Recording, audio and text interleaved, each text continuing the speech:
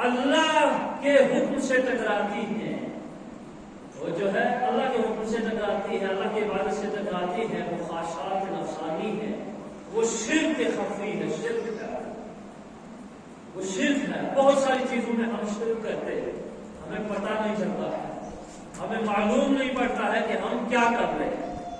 تو یہ اسلام میں سے کیا نام دیا کہ اگر تم معلومی طور پہ آزاد ہو، اسے کہا تزکیہ نفس، کہ اپنے نفس کا اپنے نفس کو پاک کرے۔ کیا مطلب تزکیے کا مطلب یہ ہوتا ہے کہ نمو اور رشد کے معنی ہے تزکیہ۔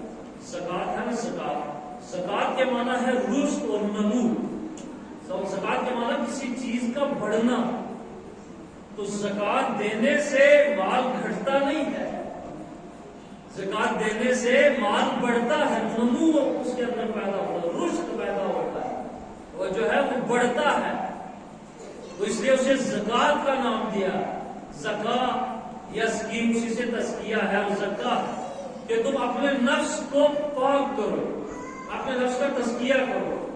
آپ کھیتی باڑی کرنے والے ہیں سب، تو جب کوئی بھی فصل تیار ہونے سے پہلے اگر وہ چھوٹا پودا ہوتا ہے تو جو اس میں بیکار گھاس پھوس ہوتی ہے، جو جڑی بوٹی ہوتی ہے، مکھی کی مثال دیتے ہیں، ذمہ دار لوگ ہیں، تو جب بوڈی کے بعد جب کھاد ڈالنے کی باری آتی ہے تو جو اچھے کسان ہیں، جو زمین کو جانتے ہیں کس طرح کیا کرنا، تو وہ ایک مرتبہ اس کو تالی کرتے ہیں، اس کو جو ہے جو بیکار گھاس پھوس ہے یا جو جڑی بوٹی ہے، تو بیٹھ کے اس کو نکالتے ہیں۔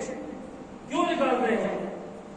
وہ نکالتے ہیں اس لیے کہ یہ بیکار کی چیزیں ہیں، اگر یہ ہمارے کھیت میں باقی رہی تو مکھی کا پودا زیادہ پروان نہیں چڑھے گا، یہ رس چوس لیں گے اور کچھ فائدہ مند بھی نہیں ہے، بیکار ہے۔ تو ہماری جو محصول ہے، جو کھیتی کی محصول ہے، اس میں ہمیں گھاٹا ہوگا، اس میں ہمیں نقصان ہوگا، لہذا وہ جو بیکار چیزیں ہوتی ہیں اس میں گھاس پھوس اس کو ہاتھ سے نکال دیتے، اس کو کہتے ہیں تزکیہ۔ تو جو ہے وہ انسان کے اندر جو صفات رذیلہ ہیں ان کی تطہیر کا نام تزکیہ نفس ہے، ان کو پاک کرنے کا نام اور جڑ سے اکھاڑنے کا نام تزکیہ نفس ہے۔ بلکہ جڑ سے اکھاڑنے کی لفظ بھی غلط ہے، یہ نہیں کہہ سکتے کہ ہم اس کو جڑ سے اکھاڑیں، جو ہم جڑ سے نہیں اکھاڑ سکتے، کیونکہ شہوت انسان کی فطرت میں ہے، وہ جو ہے بعض چیزیں انسان کی فطرت میں، تو انسان اپنی فطرت کو ختم نہیں کر سکتا ہے، لیکن دوسرے حلال راستے سے اس کو پورا کر سکتا ہے، وہ جو ہے حلال راستے سے اس کو پورا کر سکتا ہے، اس کو ختم نہیں کر سکتا ہے۔ تو تزکیہ یعنی حلال راستے سے آپ تزکیہ کر سکتے ہیں، جو شریعت نے بتایا آپ اس راستے پہ چل کے تزکیہ نفس کریں۔ تو سوال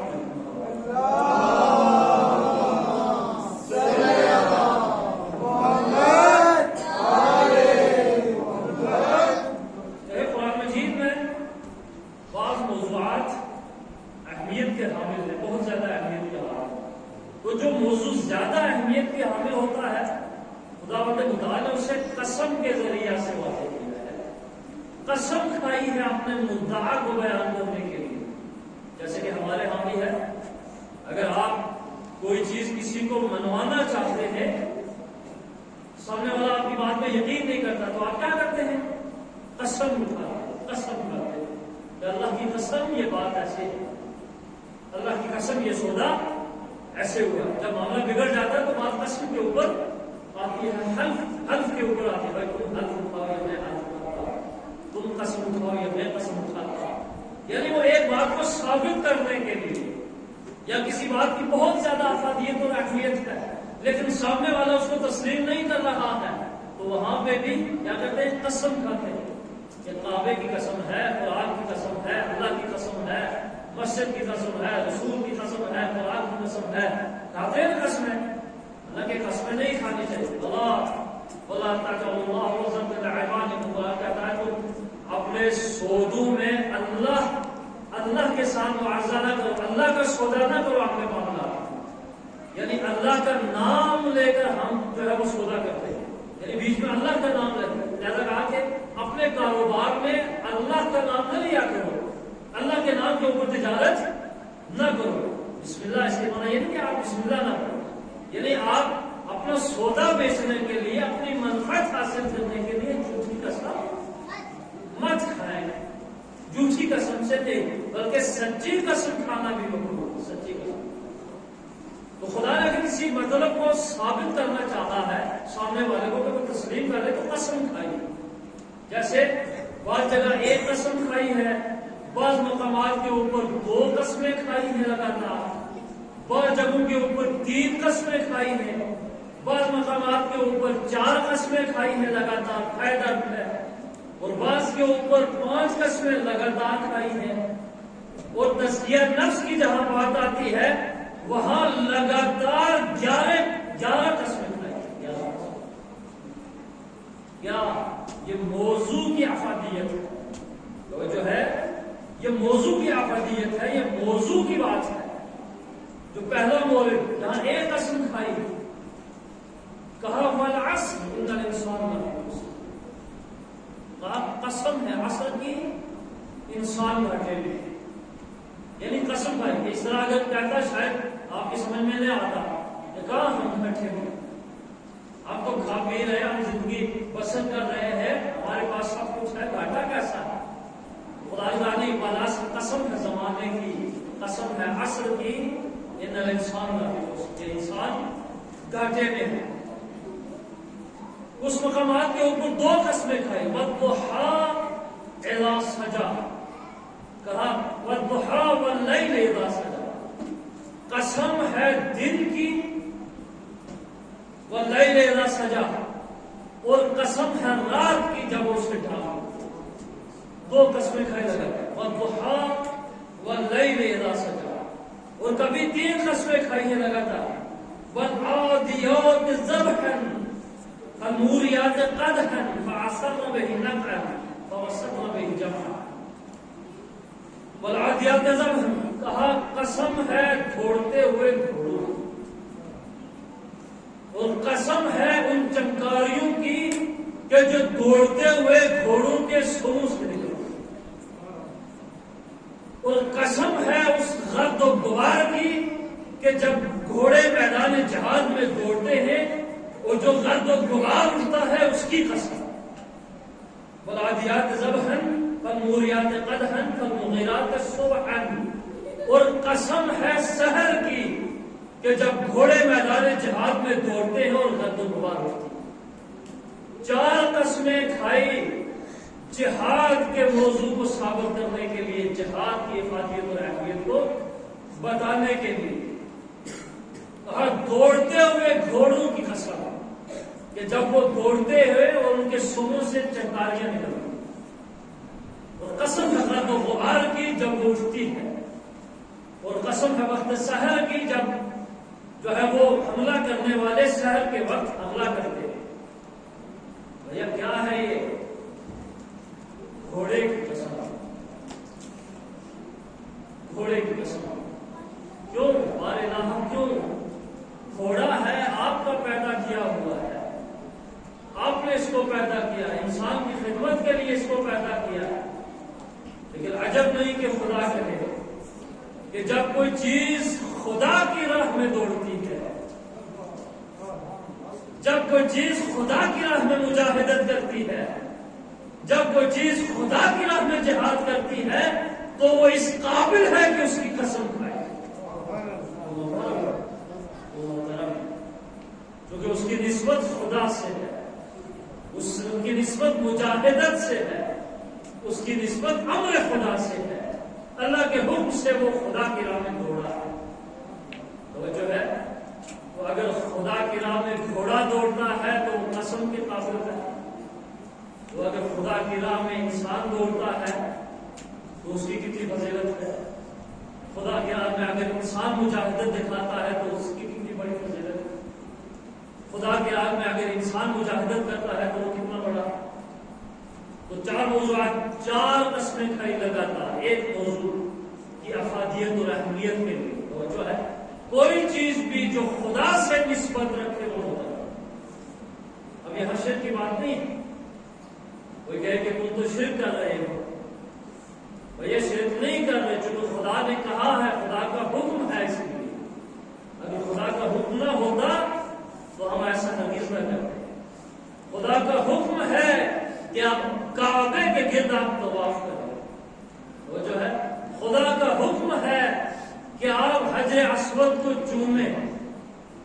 خدا کا حکم ہے کہ آپ وہاں پہ نماز پڑھیں. خدا کا حکم ہے کہ آپ شیطان کو مت کریے. کوئی کہے تم پتھر کو کیوں چومتے ہو؟ کوئی کہے تم خدا کے جو ہے وہ اینٹ اور گارے سے بنے ہوئے مکان کے دن کی طواف کرتے ہو. کوئی کہے تم روزہ رسول کی طرف منہ کر کے نماز کیوں پڑھتے ہو اور دعا کیوں پڑھتے ہو؟ پیغمبر سے حاجت کیوں طلب ہو؟ اس لیے کرتے ہیں کہ خدا کا حکم ہے. تو ہم خدا کی اطاعت کر رہے ہیں، اس کی معصیت نہیں کر رہے ہیں. اس میں کوئی شرک کی بات نہیں ہے.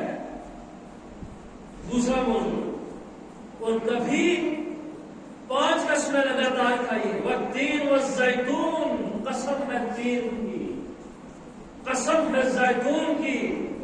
والتین والزیتون والطور سینین، قسم ہے طور سینا.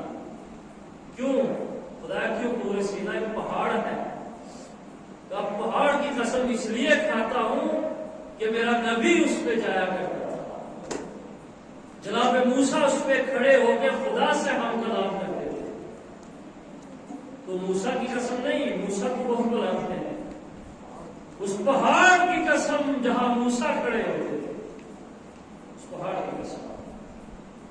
وہ جو ہے اگر جہاں نبی موسیٰ کھڑے ہوتے ہیں، اگر وہ جگہ متبرک ہے، اگر وہ اس قابل ہے کہ خدا اس کی قسم کھائے، تو کیا جہاں فخر موسیٰ آرام کر رہا ہے، جہاں فخر موسیٰ آرام کر رہا ہے جو روزہ رسول ہے، اگر کوئی وہاں اپنی حاجت طلب کرتا ہے، اگر کوئی اس کی قسم کھاتا ہے، اگر اس کو قاضی الحاجات مانتا ہے، تو یہ کوئی شرک کی بات نہیں ہے. والتین والزیتون والطور سینین وہذا البلد الامین، اور قسم ہے اس شہر مکہ کی. بلد الامین، شہر مکہ. کعبے کی قسم نہیں ہے، کسی خاص مقام کی قسم نہیں ہے. وہذا البلد الامین، شہر مکہ کی قسم ہے. کیوں؟ کیونکہ شہر مکہ میں میرا نبی رہا ہے. شہر مکہ میں میرا نبی رہا. جو پورے مکہ کی قسم، شہر مکہ کی قسم کا یہ متبرک ہے، محترم ہے، قابل ستائش ہے، قابل سلام ہے. تو وہ جو ہے چونکہ میرا نبی وہاں رہا ہے، اس لیے قسم کا ہے. والتین والزیتون والطور سینین وہذا البلد الامین لقد خلقنا الانسان فی احسن تقویم. انسان کیا کھاتی ہے؟ انسان کیا ہے؟ کہ انسان کو ہم نے 4 قسمیں کھائی لگاتار. اس کے بعد کہا کہ تم کیا سمجھتے ہو انسان کیا ہے؟ لقد خلقنا الانسان فی احسن تقویم. ہم نے اسے بہت بلند پیدا کیا ہے، ہم نے اسے بہت باکرامت پیدا کیا ہے. 4 قسمیں کھائی لگاتار. اور اس کے بعد والفجر، قسم ہے فجر کی. واللیال العشر، قسم ہے 10 راتوں. بعض مفسرین نے کہا وہ 10 راتیں یہی ہیں محرم کی. بعض نے کہا کہ ایام حج کی 10 راتیں پہلی ذی الحجہ سے 10ویں ذی الحجہ تک. تو 2 قول ہیں، یا ذی الحجہ کی 10 راتیں ہیں یا محرم کی 10 راتیں ہیں. لیکن ہم اختلاف بالکل نہیں کرتے ہیں، کیونکہ قرآن کے جو مفہوم ہوتے ہیں وہ بہت وسیع ہوتے ہیں. قرآن کوئی ایسی کتاب نہیں ہے کہ جو محدود کتاب ہے، صرف ذی الحجہ کے ہی، ذی الحجہ کی راتیں شامل ہوں، محرم کی راتیں شامل نہ ہوں، یا صرف محرم کی راتیں شامل ہوں، ذی الحجہ کی راتیں شامل نہ ہوں. ارے قرآن وسیع مفہوم رکھتا ہے. اس میں خدا نے جو 10 راتوں کی قسم کھائی ہے وہ ذی الحجہ کی 10 راتیں بھی ہے اور محرم کی 10 راتیں. اور جو ہے ذی الحجہ کی 10 راتیں بھی وہی ہیں جہاں نبی نے اپنے بیٹے کی قربانی پیش کی ہے. وہ بھی 10 ذی الحجہ تھی جہاں جناب ابراہیم نے اپنے بیٹے کو قربان کرنے کے لیے لے گیا تھا. اور یہ 10 راتیں بھی نبی کے بیٹے کی قربانی کا تذکرہ کر رہی ہے. 10ویں محرم کو بھی نبی کے بیٹے نے قربانی پیش کی ہے. کیا فرق ہے؟ وہ بھی نبی کی اولاد کی قربانی اور یہ بھی. وہ ابراہیم ہے، یہ فخر ابراہیم، وہ اسماعیل کی قربانی ہے، یہ فخر اسماعیل حسین کی قربانی۔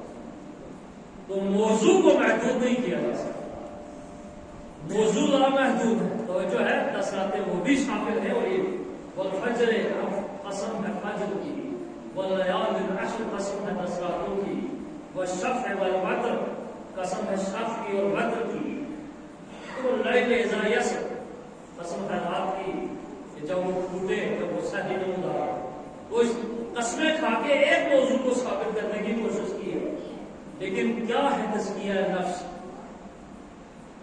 لقد افلح من زکاہا، کہا جس نے وہ فلاح پا گیا جس نے اپنے نفس کو پاک کر لیا۔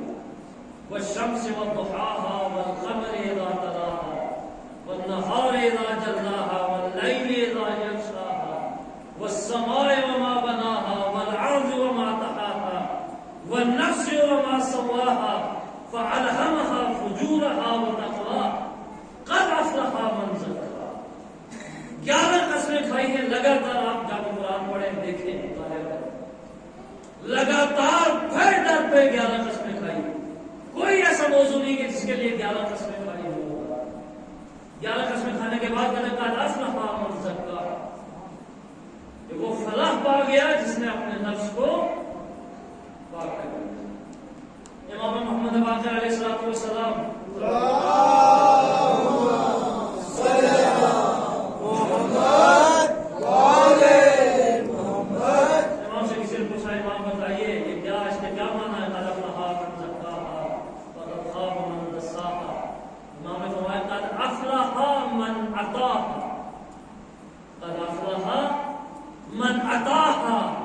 کہ وہ کامیاب ہوا جس نے اطاعت کی۔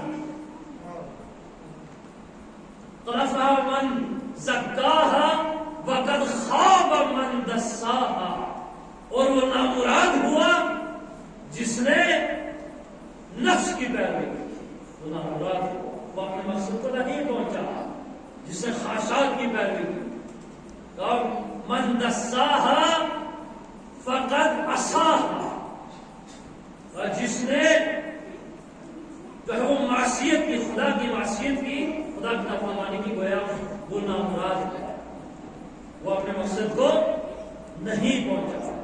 بس عزیزو، تزکیہ نفس یعنی نفس کی صفائی، تزکیہ نفس یعنی وجدان کی صفائی، تزکیہ نفس یعنی دل اور دماغ کی صفائی، تزکیہ نفس یعنی ضمیر کی صفائی، تزکیہ نفس یعنی فکر اور خواہشات کی صفائی۔ وہ جو ہے اگر آپ کی فکر اور خواہشات میں غیر اللہ بستا ہے، اللہ کے علاوہ کوئی اور بستا ہے، وہ آپ شرک کر رہے ہیں، آپ اللہ کو شریک ٹھہرا رہے ہیں۔ تو قرآن نے کہا آؤ ہم سب ایک بات کرتے ہیں، اللہ نعبد الا اللہ ولا نشرک بہ شیئا، خدا کو کسی کو خدا کے شریک نہ ٹھہرا۔ عزیزو، کربلا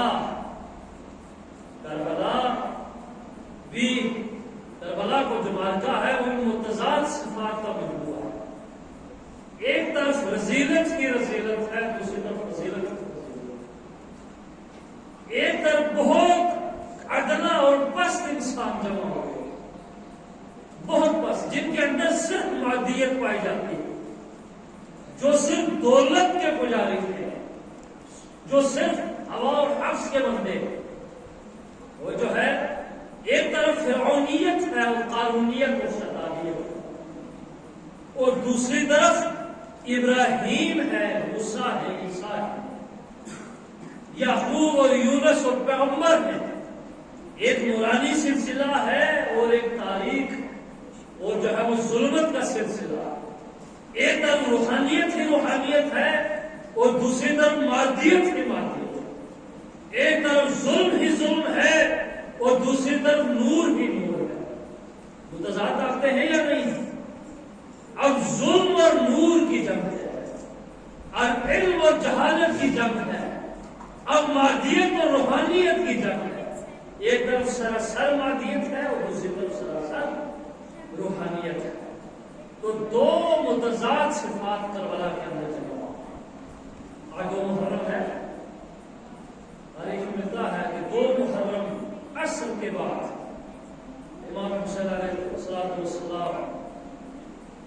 یہ 72 نفوس کے اوپر یہ قافلہ نبی کا نواسا شریکت الحسین زینب، شریکت الحسین ام کلثوم، امام حسین کی چھوٹی بچیاں، امام حسین کا بھائی عباس، امام کے چھوٹے اور بڑے بچے عصر عاشور کے بعد ایک مقام کے اوپر پہنچتے ہیں.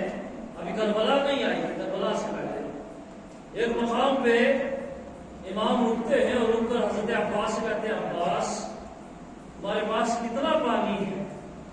وہ فرماتے ہیں کہ مولا پانی تو ہے، ابھی اگلی منزل کے لیے کافی ہے. مولا کہتے ہیں عباس ابھی 3 گنا پانی بھر لو، 3 گنا کا جتنا تمہارے پاس ہے اس سے 3 گنا پانی اور جمع کر لو، ہمیں آگے بڑھنا ہے. مولا پانی ہے، آگے کی منزل تک ہے، آگے پانی اور جمع کر لیں گے. امام عباس کی بات میں کہہ رہا ہوں، آپ اسے مانیں.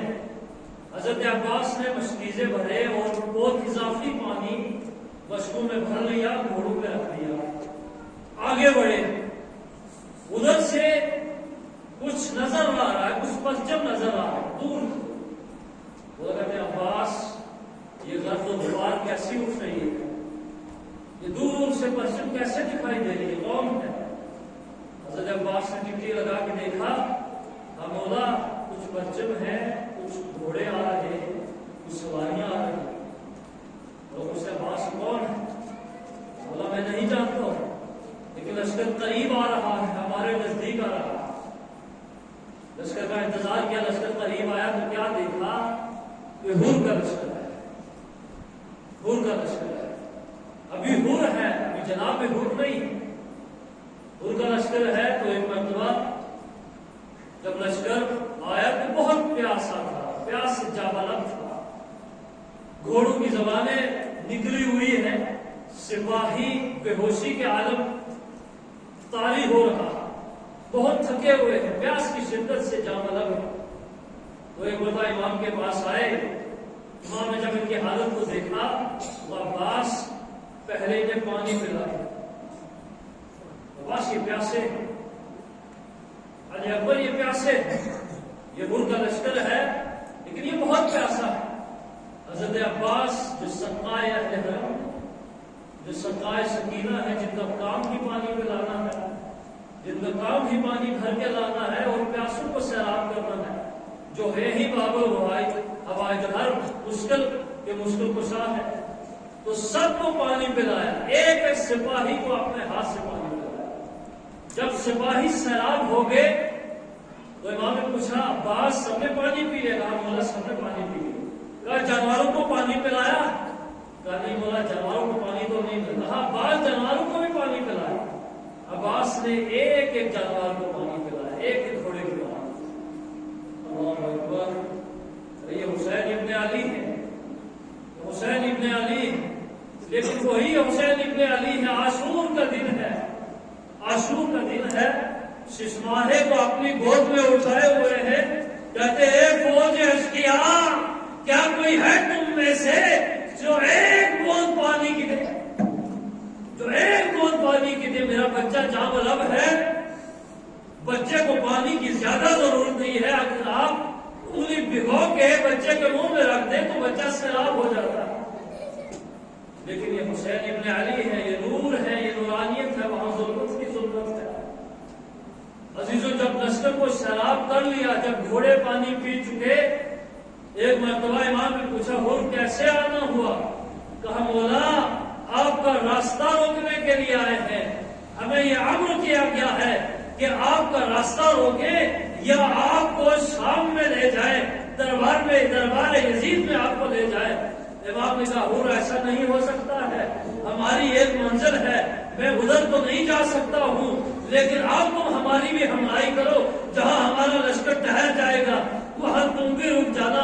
ایک مرتبہ ہور نے اپنے جو ہے وہ حاکم کو نامہ لکھا ہے، خط لکھتا ہے کہ امام حسین کوفہ کے نزدیک پہنچ چکے ہیں، کربلا کی طرف بڑھ رہے ہیں، آگے بڑھے، میں بھی ان کے ہمراہ ہو گیا ہوں. عزیزو ہور کا لشکر 7 سال آگے بڑھ رہا ہے، لیکن کیا دیکھا کہ ایک مقام کے اوپر امام کا رہوار رک گیا ہے، ایک مرتبہ ٹھوکر لگی، رہوار رک گیا، امام نے آگے بڑھانا چاہا، رہوار آگے نہیں بڑھ رہا ہے، پھر سواری کو بدلا، سواری آگے نہیں بڑھ رہا ہے، تاریخ کہتی ہے امام نے اس زمین کے اوپر 7 سواریاں بدلی، 7 رہوار بدلے، لیکن کوئی رہوار آگے نہیں بڑھ رہا ہے، آگے قدم نہیں بڑھا رہا ہے۔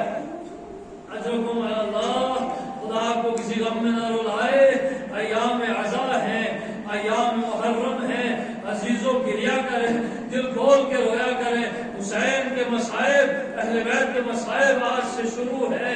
ارے 2 محرم کو زینب کا دل تڑپا ہے، زینب کربلا کی زمین پہ جب پہنچی ہے تو اتنا گریا کیا ہے، اتنا گریا کیا ہے کہ زینب کو غش آ گیا۔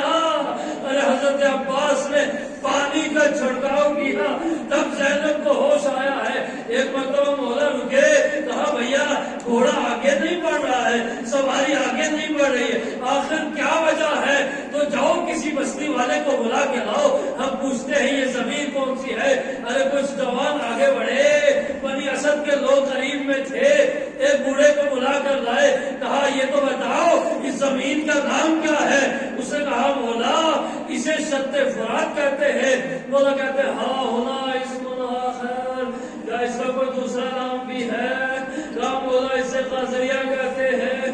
مولا پھر بھی خاموش نہیں ہوئے، کہا ہاں ہونا اسم آخر، کہا کیا اس کا کوئی دوسرا نام بھی ہے؟ کہا مولا ہاں اس کا دوسرا نام بھی ہے۔ کہا کیا ہے؟ کہا مولا ہم نے اپنے بزرگوں سے سنا ہے کہ اس زمین کو کرب و بلا بھی کہتے ہیں، کرب و بلا بھی کہتے ہیں۔ ایک مرتبہ حسین نے جب یہ لفظ سنی، کہا انا للہ و انا الیہ راجعون، کہا عباس ارے سواریوں کو اتارا جائے، عباس یہ وہی مقام ہے کہ جب میرے بابا یہاں سے گزر رہے تھے میں بھی ان کے ساتھ تھا، ان کا رہوار بھی یہاں رک گیا تھا، انہوں نے خواب میں دیکھا کہ یہاں ایک مارگاہ کا زار گرم ہوا ہے، بھیڑیوں نے مجھے گھیرا ہوا ہے، اے عباس اب بھیڑیے ہمیں گھیر لیں گے، ارے اب یہی ہمارے شہید ہونے کی جگہ ہے۔ ہاں ہونا محق رحالنا، ہاں ہونا مذبحت حالنا، کہا اے عباس یہی ہماری سواریاں اترنے کی جگہ ہے، یہیں پہ ہمارے بچے ذبح کیا جائیں گے، اور یہیں پہ ہماری مستورات کو قیدی کیا جائے گا، ارے یہیں پہ ہمارے خیام نصب ہوں گے، یہیں پہ خیام کو آگ لگا دی جائے گی، اور یہی وہ مقام ہے جہاں زینب کی چادر کو اتار لیا جائے گا۔ اے عباس ہذہ کرب و بلا، ارے یہ کرب و بلا ہے، میں پناہ چاہتا ہوں کرب و بلا سے۔ سواریوں کو اتارا گیا، ارے نہر سے دور خیموں پر نصب کیا، لیکن جب جناب زینب کا خیمہ نصب ہوا، ارے بی بی رو رہی ہے۔ حسین آگے بڑھے، کہا زینب کیوں رو رہی ہو؟ زینب یہ ماتم کیسا ہے، یہ گریہ کیسا ہے؟ زینب کہتی ہے بھیا ارے میں کیا بتاؤں، جب سے میں کربلا میں وارد ہوئی ہوں میرا دل گھٹتا ہے، میرا دل گھٹ رہا ہے، مجھے پریشانی لاحق ہو رہی ہے، مجھے خوف سا لگ رہا ہے، مجھے ڈر محسوس ہو رہا ہے، اور مجھے ایسا لگتا ہے کہ کوئی ماں یہاں پشت خیمہ گریا کرتی ہے، وہ رو رہی ہے، مجھے نہیں معلوم وہ کون ہے جو اتنا گریا کرتی ہے۔ حسین نے سر کو جھکا لیا، کہا اے میری بہن زینب، ارے تم نے نہ پہچانا